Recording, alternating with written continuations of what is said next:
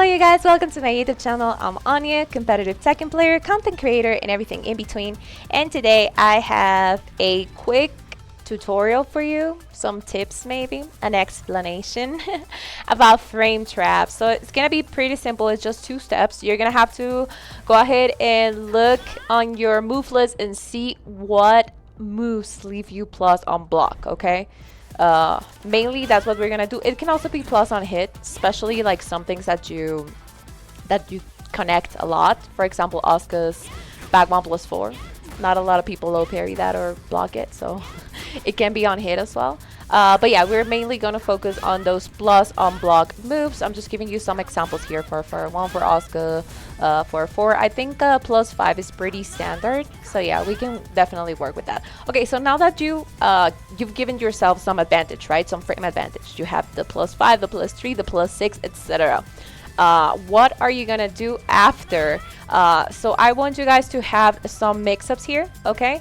Try to think about moves that are super quick. You basically want your move to come out faster than 10 frames, so 9 and under, because you're gonna basically deduct the plus frames from the startup of your next move, if that makes sense. So for example, if I get the plus 5 and I do the down back 1, which is 14 frames, my down back 1 would basically come out at 9 frames. So that's kind of how you want to see it. Now, not a lot of characters are going to have something that fast. There's going to be a few exceptions like Xiaoyu's back 1 or Yoshimitsu's flash, for example. But you're going to beat a lot of things. Like, you're giving yourself the chance to connect the next move because of the plus frames that you have. So just go ahead and figure out several options for yourself with your own character that are usually around like 10 to 14 frames maybe, okay?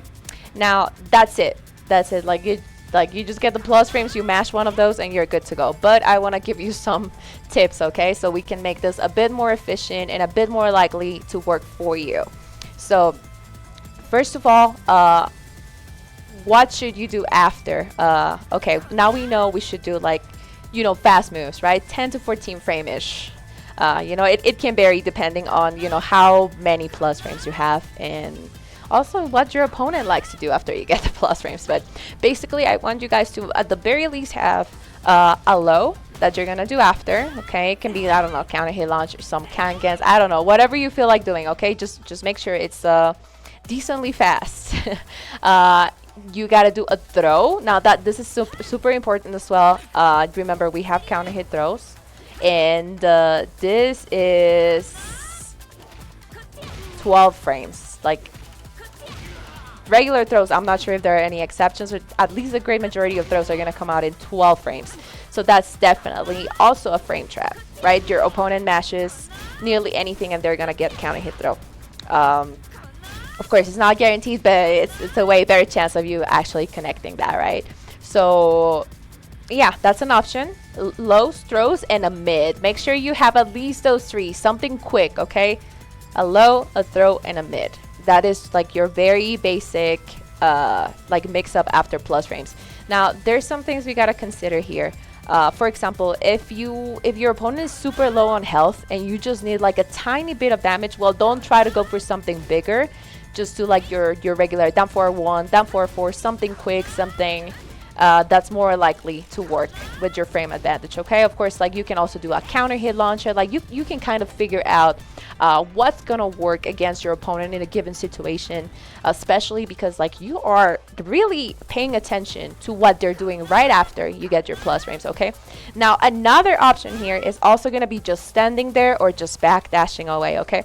A lot of players are gonna want to steal their turn back. They're gonna try to mash that hop kick, they're gonna try to mash that power crush, etc. So sometimes it's a very good idea to just make some space between you and your opponent, even after you got the plus frames, and just wait for them. Just wait and see what they're trying to mash on you, okay? That's also going to be an option there, especially, for example, against Yoshimitsu. A lot of Yoshimitsus are going to be ready with that flash after you get the plus frames, or they're going to try to spin away, etc.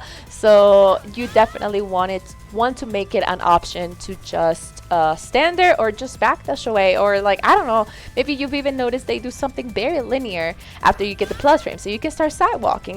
It's a lot of kind of like observation, but it's good that you do have like your go-tos whenever you are in this plus frame situation. So yeah, just go ahead and experiment. Just find your plus on block, even your plus on hit. You know, whatever moves that you tend to connect a lot, just see how many plus frames you have right after that, and see what you can do that is like very useful, very successful after your plus frames. I really appreciate you guys. I hope this was useful for some of you. Thank you guys so much for watching. Let me know if you want any other tutorials, etc. Don't forget to subscribe and leave your like. It's super useful for me. I'll see you guys very soon. Have a good one. Bye bye.